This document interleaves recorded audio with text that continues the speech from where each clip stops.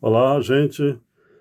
É uma honra muito grande estar tendo essa possibilidade de, de mandar uma rápida mensagem para vocês, tentando estabelecer de maneira muito resumida um paralelo entre o que foi a nossa participação nos anos 70, depois aí em Maringá nos anos 80 e os acontecimentos de hoje, né?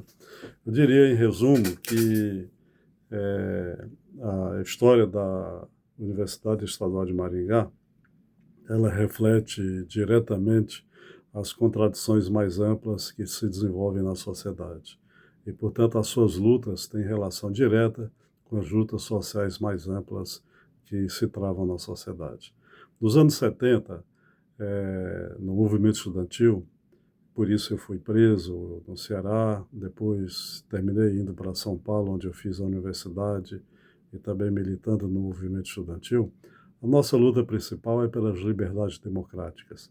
Isso porque o combate à ditadura tinha que ter como estratégia principal o isolamento da ditadura militar e empresarial e, portanto, ampliar o máximo possível a mobilização popular de um povo sofrido, não só com relação aos crimes da ditadura, né, que sequestraram, assassinaram jovens militantes, jovens democratas, jovens comunistas, né, mas também pela situação social do país, cuja desigualdade social se aprofundava cada vez mais. Portanto, a luta pelas liberdades democráticas tinha uma relação direta com a necessidade do avanço das lutas sociais que vitimava todo o povo no Brasil inteiro. E com isso, os estudantes, na década de 70, souberam ampliar essa luta pelas liberdades democráticas, não só colocando a anistia no plano das lutas, como posteriormente as eleições diretas, e principalmente colocando as bandeiras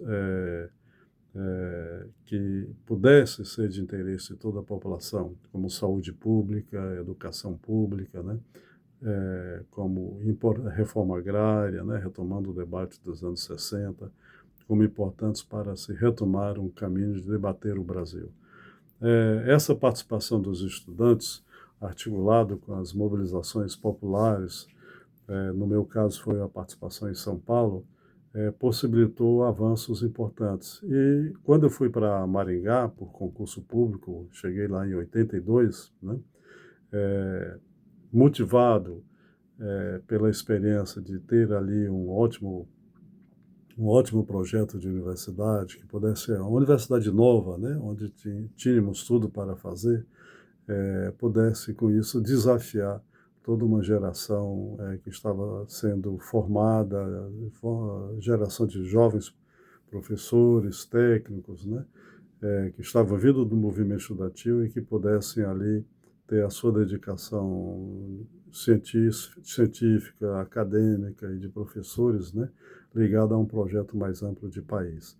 Essa era a esperança de universidade que estava nascendo. E, de fato, chegando em Maringá, foi isso que percebemos. E a associação que eu já tinha em São Paulo com o Partido Comunista Brasileiro e depois em Maringá, deu para perceber como esse grupo de docentes em Maringá, com pessoas que eu espero que vocês vão conhecer nesse encontro, foi importantíssimo para perceber esse caminho, ou seja, essa relação entre o avanço das lutas democráticas e a necessidade de tornar a universidade pública, né? E não uma fundação privada. E é nesse sentido que as lutas na década de 80, em Maringá, não ficaram restritas aos salários, e sim procuraram se ampliar. Só para lembrar, a luta pela gratuidade iniciou com uma bandeira do movimento docente, movimento técnico e estudantil, eh, que premia pela democratização também da universidade, como um reflexo da própria democratização da sociedade, e isso seria importantíssimo colocar a universidade no caminho da universidade pública e não no caminho da universidade privada, que era o que parecia ser o seu projeto originário, né? Portanto, a participação dos docentes e técnicos, né? Assim como de várias tendências comunistas ou mesmo democráticas na universidade, fizeram avançar a necessidade diante dessa bifurcação, dessa tendência, ou seja, um país democrático significa uma universidade democrática, significa uma universidade pública e gratuita. E foi nesse sentido que caminhamos, né? Portanto, um dos gestos da reitoria que foi eleita no bojo desse movimento social mais amplo no interior da universidade, era exatamente tentar conseguir a gratuidade. E para isso, o compromisso era ter alguma medida concreta que sinalizasse esse caminho, que abrisse o caminho para essa possibilidade. Daí o congelamento das mensalidades que o Conselho de Administração aprovou, e numa época de inflação muito alta, imagino o que isso significava, né? Todas as tendências elitistas dos empresários mais reacionários imaginavam que a universidade ia quebrar a curtíssimo prazo. Nem todos os empresários foram assim tão cruéis na sua perspectiva histórica, né? Outros setores viram e se associavam às lutas pelas relações democráticas no país, o que incluía a universidade, e viam a importância da necessidade da universidade no Noroeste do Paraná nascer de fato como universidade pública e crescer para atender às demandas da região. E é nesse sentido que o congelamento das mensalidades possibilitou esse primeiro avanço. E foi importante, nesse sentido, a intervenção do Partido Comunista Brasileiro, dos companheiros do Partido Comunista do Brasil e de setores do PT, né? Depois do congelamento das mensalidades, numa greve expressiva que tivemos, acho que de 86 para 87, né? Essa greve expressiva, eu fui à Assembleia dos Docentes e propus que nós, docentes, assumíssemos como pauta de reivindicação a gratuidade. Depois de algum debate, feito uma reflexão política sobre o momento, o que isso significaria para a universidade, foi essa proposta aceita e foi incluída na pauta de negociação com o governador. Portanto, nas negociações com o governo estadual, ficou isso estabelecido como avanço proposto naquela época, como uma proposta assumida pelo governo e assim ela foi, digamos, anunciada. E foi nesse aspecto, nessa direção, que caminharam também as outras universidades, ou seja, a gratuidade incluiu também todo o sistema estadual de educação superior, as outras universidades e as escolas isoladas, as faculdades, né, estaduais. Portanto, a universidade pública nasceu neste momento, quando o Estado passa a assumir a receita de financiamento da universidade e os estudantes não mais pagariam as suas mensalidades. É isso que possibilitou o avanço em ampliação da construção do campus, criação de novos cursos, ampliação de outros campos, instituição da dedicação exclusiva para os professores, né? O desenvolvimento da pesquisa como parte efetiva do trabalho docente, e, enfim, o desenvolvimento da universidade no campo da saúde, numa área que era muito carente aí no Noroeste do Paraná, e ainda sofre as suas mazelas, né? Isso foi muito importante para que a universidade se consolidasse a partir daí como universidade pública. Ela era uma fundação, né? Fundação Universidade Estadual de Maringá. Portanto, abria caminho para a sua privatização. A nossa luta foi colocá-la no outro caminho. Então, essa combinação de universidade democrática com universidade pública e gratuita foi o que possibilitou na história, né, o desenvolvimento da universidade tal como ela se apresenta hoje.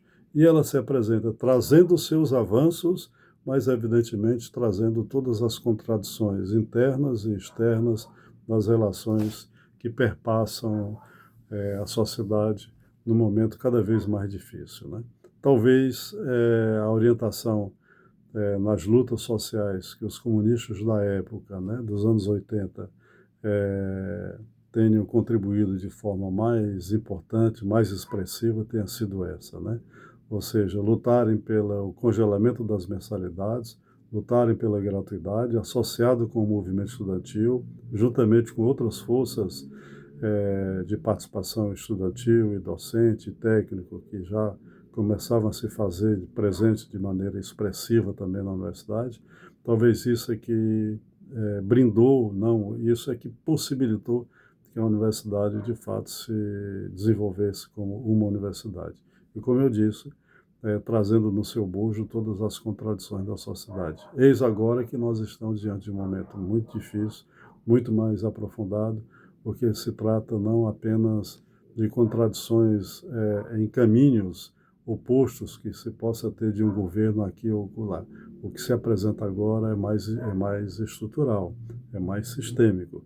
A universidade enfrenta hoje aquela principal força que ele quer domesticar, ele quer extinguir, que são as forças do capital. Portanto, é importantíssima a luta pela democratização da universidade num patamar novo, ou seja, uma crítica a relações na sociedade, no meio ambiente, nos direitos do trabalho, nos direitos estudantis, não abrir mão 1 centímetro dessas lutas que foram avançando, especialmente nas instituições a partir de 88, né? E avançar, possibilitando com isso que a sociedade possa, como expressão popular, fazer com que a universidade efetivamente pública cumpra o seu papel. Então, essa eu acho que foi a contribuição principal dos comunistas, fazer a Universidade de Maringá e a Universidade do Paraná pública e gratuita e democrática. E trazendo aí, evidentemente, todas as dificuldades e lutas que esse campo se aprofunda, e principalmente agora num campo onde o capitalismo apresenta toda a sua barbárie e pondo em xeque todo o nosso saber, a nossa determinação revolucionária para que, de alguma forma, a gente avance e não caminhe para a barbárie. Então, as lutas continuam. Noutros patamares, associados nesse período histórico, patamares de avanço, mas que estão desafiando aqueles que estão organizados. Se estivermos organizados, os caminhos, como antes, podem ser apresentados, debatidos e ampliados. Se não tivermos, a barbárie se institui como uma nova normalidade que passa pelo mundo. É isso, gente. Gostaria de um dia ter a oportunidade de abraçá-los e de conversarmos pessoalmente. Até.